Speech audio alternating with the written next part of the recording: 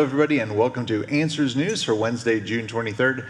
I'm Roger Patterson, and I'm joined today by Tim Chafee and Dr. Jennifer Hall Rivera. And we've got a wonderful studio audience with us today. You guys can make yourselves known out there. All right. We love having these big crowds in the museum. Lots of people here to enjoy the show.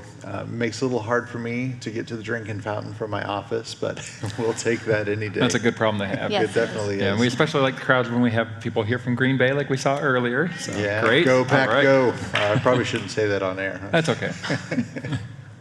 All right, so we're going to introduce a few things that our ministry does to help you connect with some of those pieces. One of them is our women's conference, and that'll be coming up next year. 2022 theme is Rooted, Standing Firm in a Twisted World. And we've got some great speakers. Some of you may know Laura Story, who's a prominent singer. She's going to come and share some things. Daryl Harrison from the Just Thinking podcast.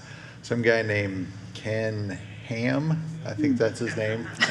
Dr. Georgia Purdom, who heads this up. I'll also be speaking on evangelism, so a great opportunity. Now, I've only been to one of these a few years ago, and I know you've been to several of them. Yes, I've been to several. I just want to say it's a great opportunity for women, especially if you have Sunday school classes or ladies' small groups that you can bring from your church and come together. It's just a great few days of fellowship where you get solid biblical principles and truths that you can then take back with you and share with your families, and we just have a great time together. We have some amazing vendors that come as well. So highly recommend that you sign up for our Answers for Women conference. And a great chance to meet a lot of other like-minded people. I mean, Yes. Last year we had about 1,000. It was we had close to 1,000 registered for that event. So that was just a few months ago. All right, and we've also got a pastors conference, one that's designed for Christian leaders that comes up in October, and that'll also be down at the Answers Center at the Ark Encounter. And we've got great speakers lined up for that as well. So if you are thinking about something maybe to do, October is Pastor Appreciation Month. Some of those elders or pastors, leaders in your church who you think would benefit from something like this would be a great way to bless them and give them a little time away, as it were, to get refreshed and plugged in. So great idea for you who are the congregants to be supporting your church leaders in that way as well. So lots of great opportunities. We continue to offer those things for people to come here to the attractions, not just to enjoy their time, but to really learn and grow in the faith. Speaking of interesting ideas, we've got our fluff article for today. It says, Florida City accidentally sells its water tower. Now, I've done some silly things before, but I've never accidentally sold my car or accidentally sold my house or anything like that. At least not that you're willing to admit to. So what happened here was they had a little plot of land next to the water tower that was for sale, and there was a little shed, and this man wanted it for a business, to operate his business on.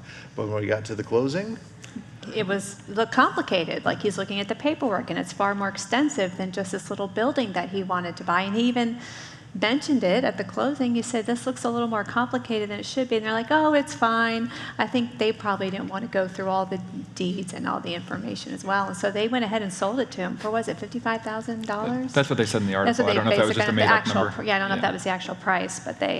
That's quite a steal for a whole water tower. It is. And then they found out later the water tower, the property that they sold to him included the city's water tower. So, oops. Thankfully, they were able to get it straightened out and everything. But yeah, it's just one of those, maybe a little bit of a warning. Don't trust the government with everything. Yeah, they're not always as careful as you think they might be. It's probably not the best plan of action in most cases. And the gentleman was gracious about it, and he returned that portion of the property without charging it back to the government. So very interesting story. So next time you go to buy some property from the city, maybe you could get a little extra on the side there. And our next story comes from LifeSite News. Hungary bans promotion of homosexuality, transgenderism to minors. Now, when I read this story, it was very interesting because it's basically the exact opposite of what we see going on in the United States today. Many of the school districts and state curriculum boards and those types of organizations are commanding and demanding that sexuality and all the different lifestyle and gender choices, as they term them, what we would think of as sexual perversions and abnormalities, these things are being promoted in America, and the curriculums say you must teach these things, and parents aren't even being allowed to remove their kids from the classes when these things are happening. So what's going on in Hungary there, Tim?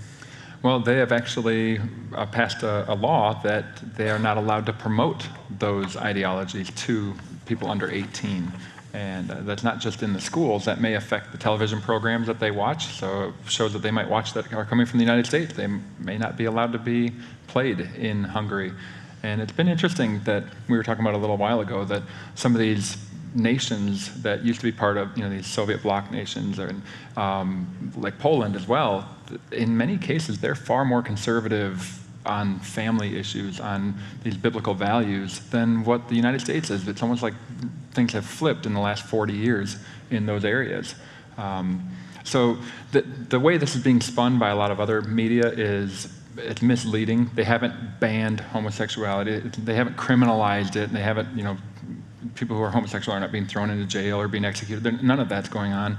But there are people who are protesting this. I know there's, not that I would really care much about soccer, but Roger, you'd be interested. Yes. Hungary is playing Germany, I guess today. There's a big match, and there's a whole bunch of people saying they need to turn the whole stadium rainbow colored and everything as a protest against what Hungary is doing. And okay, the soccer players didn't do this, and what?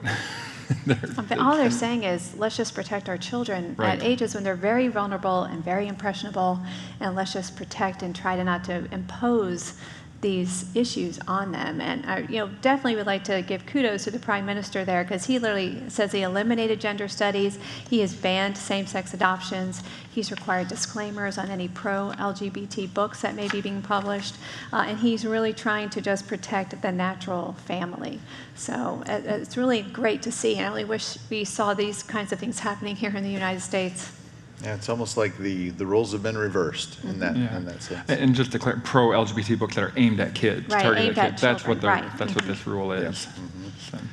All right, next story comes from Science Daily. New discovery shows human cells can write RNA sequences into DNA. Now, this is a very fascinating study. So if you think back to that biology class you had in high school, and looking around the room, for some of you that's been a while, but we think of this. What are you saying, Raj? There's some older folks with us today, and I love that. It's great.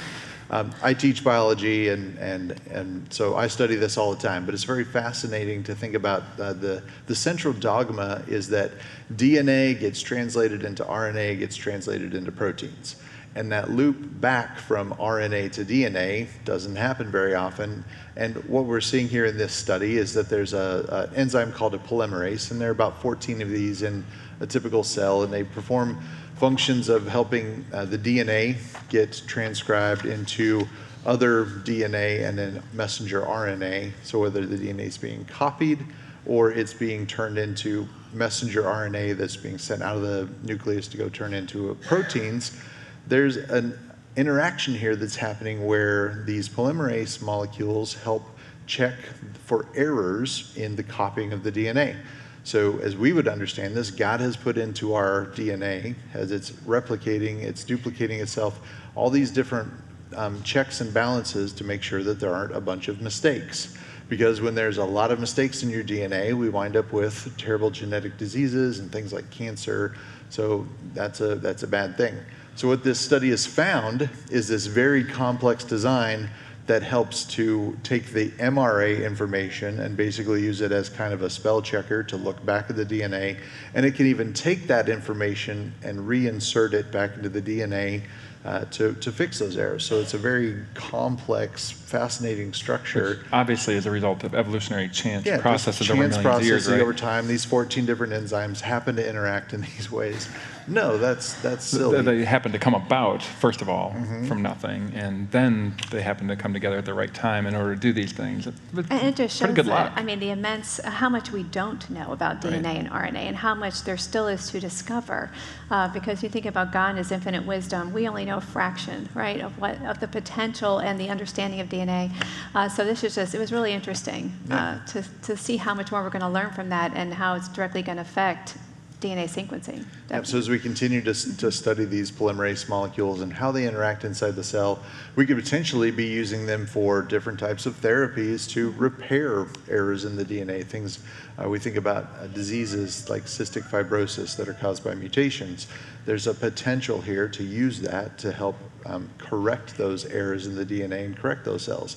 So that RNA-mediated DNA repair is a new field of research that we can explore to help reverse some of the effects of the curse that we see in the world all around us. But interestingly, these things can actually cause lots of trouble in unhealthy cells like cancers. So a very interesting field to continue to study here. Next story takes us backward to something we looked at about a year ago here on the news. An ancient creature thought to be a teeny dinosaur turns out to be a lizard. So what happened here is we found this little critter trapped inside of some amber, and you recalled covering this on the news about a year ago. Yeah, we talked about the skull that they found, because they were trying to claim that it had this very bird-like rounded skull, but it did have these teeth, and they were trying to say that it was probably some type of maybe dinosaur, because they're always trying to push that narrative that that birds are just dinosaurs basically and evolved from dinosaurs, and so they were trying to make that connection there. But sure enough, they found more evidence, Yes. found a similar species right in amber, and discovered that, lo and behold, it is nothing more than so a with this a first lizard. sample, all Yeah. they had, the first specimen was just the head and part of the neck, and with the second one that they found, they actually found part of the limbs behind the shoulders. And so we have these two pieces of evidence, and it's amazing how these scientists wanted to say, hey, we found a dinosaur. Look, it's the tiniest dinosaur ever discovered. Because what does that do for you as a researcher? It gives you notoriety. Maybe more funding. Yeah, more funding for these things. So there's actually incentive inside of the system to corrupt these things. No, they're perfectly neutral. So They're never they influenced by claim. that. They have a So white they lab claim. coat, so they're But now they'll say, oh, well, but see, science corrected itself. Right. But how much benefit did these people get from those things already? And so trying to understand all these pieces brings up some ethical issues and all types of ideas we think about research. So imagine that. We found more research, more information, we researched it more, we came to different conclusions. Looking at the original paper here and the way that they diagrammed some of these things and the different bones and the way that the scales were connecting to the skin, because amber preserves things very well. It's a fascinating study to see the amount of detail that we have preserved from these creatures. And again, just more confirmation that we aren't expecting from a biblical perspective to find these dinosaurs changing into birds and lizards changing into dinosaurs, because they're not even the same type of critter. Yeah, Roger, you mentioned lizard and dinosaur. A lot of times people think that dinosaurs are just large lizards. Well, there were some small dinosaurs, but they're different types of creatures. Lizards and dinosaurs are different. Generally, wait a lizards minute. would have... Is it critters or creatures? Because I say critters, you're saying creatures. Well, were they created or not? Yes, they were. I Okay, guess that's so my corrupt. I'm going to go form with of creatures. Either one's fine. It depends on the part of the country you're from, Yeah, how you say it. Yeah, so that is a common misconception. Dinosaurs weren't just giant lizards. Right. They're a different type of critter. But there's this whole now unknown group of lizards, now Mm-hmm. that they've identified it correctly, that probably an extinct species that now we can study and maybe learn more about. So It sort of reminds me, Roger, that the Pachycetus, where originally they had just a little tiny fragment of like lower they had jawbone and a a lot little of bit the of an inner skull, ear, yeah. and then they said, oh, there's like an early mammal going back into the water to become like a whale. And Yeah. then we eventually found more, the limbs and everything else. And, oh yeah, this is a land animal, just, Yep.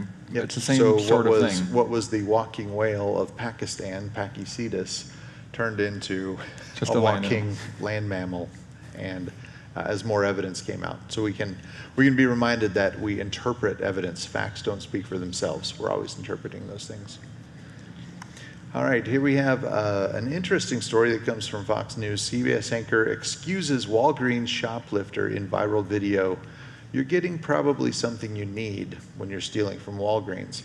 So I'm going to play the video here. There's no sound with this, but you can see as this plays, there's a shoplifting event going on here. You can see the security guard and another person recording this. So this man basically rode in, pretty bold. Rode his bicycle right down the aisleway, loads it up, as you can see, in his bag, and then just gets on the bike and rides back in. Whole garbage bag. A whole Not garbage even like a bag. little backpack, just bring a big old garbage sack. Yeah, and I know a lot of times people will look at that and say, what's the security guard doing? Why isn't he acting? Because nowadays in a lot of these places, the security guards are told not to intervene. All you do is document, you record, you pay attention to what's going on, but you cannot intervene. You can't, especially for just these material belongings, don't put somebody's life on the line or the other person's life on the line. And so Which if the security... makes sense, right? A human life has far more value in many ways than hair products. It does, but at still, what point do you draw the line? Right, when do you call the police? Like, they're sitting here videoing the guy, but has someone actually contacted authorities? We don't know. The police have been defunded, so we can't call them anymore. Right. They're not valuable partners in any And at what point of material belongings do you step in to stop? If somebody comes into your house and they're grabbing all of your stuff, are you allowed to and physically stop them? And we can look to the Bible for answers for that. So here in this situation, we have people who are making up arbitrary rules based on what they feel and think. If we look to Scripture, we can see that there are remedies for those types of things inside of the examples that are given inside the Mosaic Law. We can understand those things as expressions of God's character and apply them today in different ways. And all of those things, if we have an ultimate standard for what is theft, why is theft wrong, all of those things are important aspects to identify, but we've got to have an absolute truth to base it on, or every man does what's right in his own eyes. I mean, the Bible is clear. I was going to say that you're not supposed to steal. The Bible is clear. It says go to work, and then you can share with your neighbor. Ephesians 4:28 says that, that we definitely should not just be taking things that aren't ours, but that we work so that we can then save and then share with those that are needy or who are in a situation where they are desperate for items like this. And they didn't get to hear the audio, so it wasn't like all four of the people standing at the desk saying, oh yeah, look at this is fine. There were three of them were saying, this is wrong, something should be happening here. And then one person said, well, probably not getting something for yourself, or maybe it's a really desperate situation, you're not going to get rich off of this kind of thing. But so let's flip that on the guy who made the comment. You're probably not getting rich off of this. If this person broke into your home and they were taking items from your home, maybe they're just taking the hair care products out of your, I don't have that many. Sorry, Tim. One bottle of shampoo lasts a couple of years for me. Not stealing it from Tim. So if they're taking something out of your home, they're probably not going to get rich off this. Isn't an excuse that person's going to accept when it's his property. So there's a double standard created. Now we should be moved to compassion in cases where people feel like they're forced to steal to feed their families and those types of things. But let's don't do one wrong to correct another. Let's think about this from a biblical perspective, and let's support them with compassion and benevolence and love them and care for them that way. All right, our next article, we have a shark mystery millions of years in the making. So right from the get-go here, we've got some evolutionary assumptions built into this. So the basic principle here is that these scientists were studying the remains of sharks in the fossil record, not by looking for their whole skeletons, because the skeletons of sharks are made out of cartilage and they're rarely preserved. But what we do find a lot of are the dermal scales, that rough skin that's on the shark, and the teeth. Those are found accumulated. And so they're estimating, they were trying to do a biosurvey through all these different layers of sediment in the oceans to see what the population of sharks was at different periods of time. And they found that there were these periods of die-off that coordinated with certain episodes that they suppose happened in Earth history, like 66 million years ago when the asteroid strikes and wipes out everything. And all of these different pieces are put together, but then they hit this 19 million year age of rock, as they suppose, and there was an issue. They found a whole bunch of shark teeth and the dermal scales and other things, and they thought, wow, why is there such a huge die-off here at 19 million years ago compared to other times? And they're not quite sure what would have caused that. No, they said there was no climate emergency or calamity that they could associate with this particular time frame in evolutionary history. But we would theorize, right, that it was probably could be related to post-ice age, we would say, and a result of what was going on in so it's something at that time. We would say it's something that is post-flood. And so what major event could have caused something like that? Perhaps it's the post-flood ice age that would be caused by the global flood, which we believe took place not too long after the flood. It would have caused quite a few problems for Yeah. some creatures on Earth, on the land, and also some creatures in the water. So maybe it was for that, from All that. the high temperatures and the turbidity, the cloudiness of the water, all those things could have contributed to these types of things. So here's another question. Some of you young budding scientists out there, maybe this is a mystery that you could help us understand someday as you dig into these ideas from a biblical perspective. Now, here's a story that kind of hits home for me. A widely studied lab plant has revealed a previously unknown organ. So this is the Arabidopsis thaliana, and this is a plant that's used in research. And if you've been in a college botany or biology class, good chances are you've worked with this plant, because we have modified versions of this, different cultivars of it that can basically go through a cycle, a whole life cycle, in about 14 days. So it's very easy to study and research, and it's pretty simple to grow in the lab. It doesn't get very tall. I worked with this in college, doing studies with salt concentration in soils, thinking about roadside plant growth and those types of things. And what we've found with this plant is there's an entirely new structure, a new organ that's growing in this plant. And the most shocking thing is, this is a plant that probably thousands of scientists are working with every single day, over and over and over and over again. And all of a sudden, here's something new that we found. Yeah, they said this is a result of 12 years of experiments just in this one particular lab up in Penn State, where they all of a sudden saw this, almost like an extra, you can see it in the picture here, what they're considering to be called like a new organ of the plant, and they're not even sure what its function is right now. Yeah, it was a little interesting to me that in the article they didn't really say a new thing, because evolution had somehow developed this, which that was kind of refreshing. Usually that's the angle you would get on almost every one of these articles, but it's to me it's another reminder that the more you study things, the more you learn about them. Even something that has been looked at millions of times, they still have not gotten to the bottom of it. But they did figure out it was directly connected to their growing. Yeah, so when a plant grows, it's going to go through different phases, and there are different biochemical cues and other cues from the environment that tell it when it should do things like grow a longer stalk and make some flowers and produce the seeds. All these things, there are loading signals and stockpiling signals that are given from the plant, and basically if we interrupt those, let's say we're growing this plant in the lab and all of a sudden the light gets left off for 3 days, and the plant's growth cycle kind of gets interrupted. It says, oh no, what do? I need some cues to know what to do. Should I grow some flowers? Should I hold off on that? What am I going to do? And lots of plants and animals do these types of things. Amazingly, lots of marsupials can pause their pregnancies when these types of signals are there from the environment. And there's a drought, I'm going to pause my pregnancy. Any of you ladies ever try that? No? They just keep coming for us. But God's given marsupials that ability. So as we study these plants like this and we see the different mechanisms, as God's given these themes to the adaptation in different environments, we can see how the ingenuity, the design, all of those things are just amazing for us. God's put this stuff in here, and we study this every day, and we're just figuring it out now. So exactly how this organ works and what it does and what the function of it is still a bit of a mystery.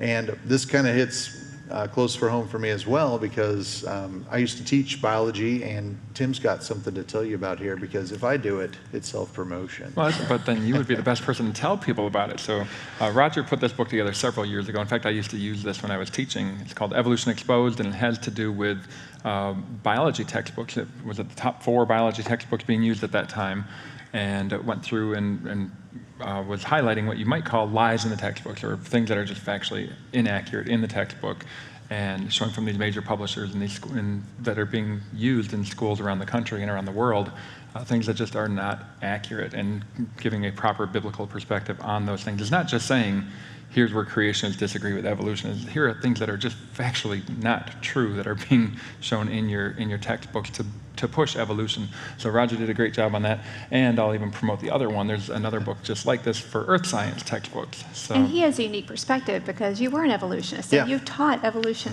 in your science classrooms, as right? an So you have biologist, taught that perspective of both sides, and coming to the realization and being able to present that from that viewpoint, I think, is unique. Yeah, so even though that's not something I would have chosen looking back now, but God used that to prepare me to understand those things from the other perspective, so that when I understood the truth of Scripture, I could then help explain those things better. So I joke that was my penance for teaching evolution for all those Well, years. you did a good job on it. I think to summarize what Roger was talking about with this plant, he's talked about how it gets so much more interesting the more it grows. So the more you grow, the more interesting you are, I think is what you were saying, right? So the taller you are, the more interesting. He's just saying that because he's 3 inches taller than me. So, all right, one last article we've got here. Black Studies professor says Queen is the symbol of white supremacy. University employing him is racist. Now this is as you can see in the screen here, the professor on the right, he is of Jamaican descent, dark-skinned, and he talks about how the British Empire and the colonialist history of that empire carries even over today, and the controversy that's being sparked here, and he's been at the center of multiple controversies over the last couple of years. But there's a portrait of the Queen inside of a college at Oxford that has been removed by the students because she's the symbol of white supremacy there in England. And so I think what's fascinating about this particular professor, they actually created a whole new course for him that was called Black Studies. I think they really, I would say, catered some to what he feels is his expertise, and now he has just come out basically against the university, largely fueled by the political agenda we see right now in critical race theory and all those things. But it is just kind of ironic that he was doing that. Yeah, it's pretty sad when you have a worldview that the number one thing you look for is just the color of a person's skin. And that's what people in the critical race theory movement, that's what this person is doing. In fact, he's got a book on his shelf that you can see behind him in the video called Race First. And that is really what he's all about. And he will spin things in order to make it look as bad as possible. He would look at somebody like me who does not have the same darkness of skin tone, your same amount of melanin content is a little lower than his. That I must be racist, I must be an oppressor just because of that. Yeah, and when we think about those ideas, that's anti-biblical, and as we core down into those things, it's anti-gospel. Because if we are all truly created as one human race in Adam, and we see the different levels of melanin and other skin pigments that we have, and our different facial features and hair structures and bone structures, all these different things are simply manifestations of the variety that God put into the human population. And that was primarily expressed at the time of Babel, as these people groups spread out and were separated. And it's shameful that people have used these characteristics to promote racist ideas and show power over other people and oppress them. But that doesn't mean just because I have a certain color of skin that I am responsible for those sins of the past, nor am I participating in them now. And this whole worldview that's come up around this, the idea of critical race theory, is one that we need to be very aware of. And there are lots of great resources that have come out recently from various authors. Vodi Baucham's recent book, Fault Lines, is one. And lots of different perspectives that point us back to that reconciliation in the gospel. So how does that first man Adam and that second man Christ, that last man Christ, connect all those pieces together? Yeah, I think that's so important what you just said, because in these movements there is no reconciliation. There's no goal of reconciling. They say that it's white supremacy is what the Queen's a symbol of that. And I'll get to answer your question in a little bit, but I wanted to talk about this for a little bit, how silly this is, because he's saying this because the British Empire, the sun never set on the British Empire. That was the whole, 100 years ago, 150 years ago, 200 years ago. And so he sees this all as white supremacy. So when the English were battling the French for 100 years, is that about skin color? I don't think so. Because they said we're whiter than you, or vice versa. It had nothing to do with skin color. Okay, and yet everything in this worldview, everything gets filtered through that, and they don't take into consideration the other things that are actually taking place in the world at that time. That's at the core of CRT, is that everything's racist. It doesn't matter what it is. Right. It's going to be racist. There's some oppressor. No matter what angle it is, right? It doesn't matter. Everything is racist, and you can't excuse your way out of that. Right. So in this case, so if there happened to be an African nation that expanded and conquered another nation, which that has happened, and It's happening right now. It's happening right now, and so let's say that president or the prime minister or the king, whatever they might have for a government system, if he's dark-skinned, does that mean that he is a symbol of black supremacy? You'd have to conclude that logically, but that's not what's going to come out of these Exactly. academic papers. Or when you have China and, can I say Taiwan? Can I say that that's a nation? I know that NBA players aren't allowed to do that, but can I say that? Yeah. Is that pushing Chinese supremacy or Asian supremacy, whatever? It's just silly. Okay, not everything goes back to the color of a person's skin. But to answer Roger's question, we all have the same problem. Every single one of us is sinful. It doesn't matter what color your skin is. We all are sinful. We all have rebelled against our Creator. And we all deserve His wrath and His judgment. We all deserve to be separated from Him eternally in the lake of fire. And yet, the second Adam, the last Adam, Jesus Christ came, and He became one of us. And then He lived a sinless life, and He became our sacrifice. He died in our place on the cross so that those who believe in Him can have eternal life, can be forgiven of their sins, and be righteous, have Christ's righteousness put on our account so that when God sees us, we're blameless, we're holy, we're perfect, and we can dwell with Him eternally in a place where there is no more racism, no more sin, no more any of these problems that we see in our world.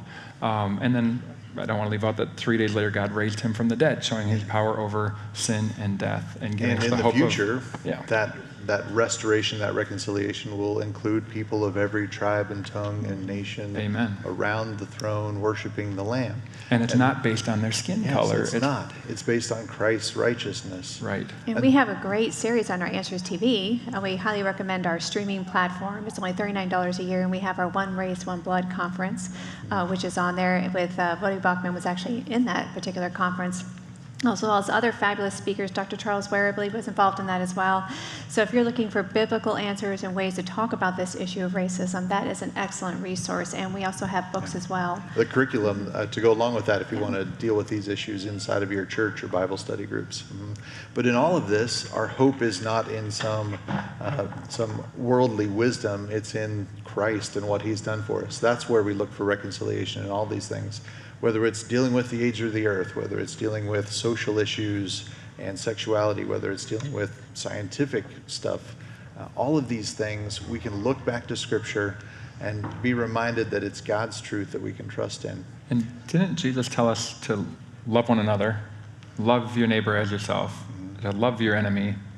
Is there any room in Christianity for racism, for hating people because of the way they look? No, absolutely not.